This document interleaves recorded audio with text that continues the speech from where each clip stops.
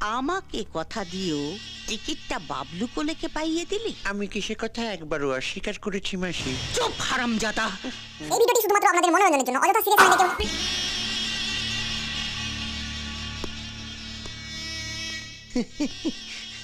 আরে বিন্দু মাসি যে কি খবর?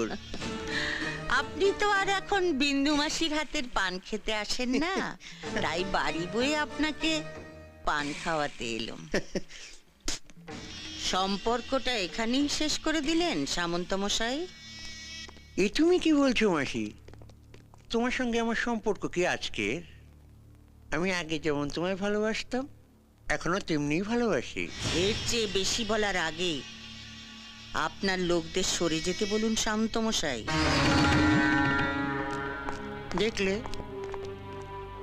তোমার সঙ্গে আমার সম্পর্কটা এখনো কেমন মধুর। গার্ডদের সামনে তুমি আমায় গালাগাল দিলে না। এবার দেব। আমি জীবনে অনেক হারামি দেখেছি, কিন্তু আপনার মতো এক পিসও দেখিনি। এই যে সাদা ধুতি পাঞ্জাবি পরে মন্ত্রী হয়ে হিল্লি দিল্লি ঘুরে বেড়াচ্ছেন, কার জন্যে? আমার জন্যে, এই বিন্দুবাসীর জন্যে। ভোটের সময় বুথের সামনে বোমা ফেলে ছাপ্পা মেরে আমার ছেলেরা 60% ভোট আপনার পকেটে ঢুকিয়ে দিয়েছিল। তারপর আপনি জিতেছিলেন, তারপর আপনি মন্ত্রী হয়েছেন। আমি কি সে কথা একবারও অস্বীকার করেছি মাসি? চুপ হারামজাদা, আগে আমাকে শেষ করতে দে।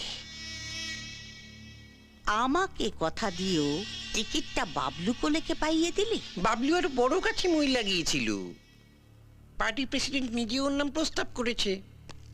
তবে আমিও বলে দিয়েছি, কর্পোরেশনের মেয়র কিন্তু মাসিকেই করতে হবে। মেয়রের চেয়ারে বসে লুটে পুটে খাবে। তোর মেয়রের চেয়ারে আমি ইয়ে করি। বিন্দু মাসি কারু ভিক্ষে নেয় না।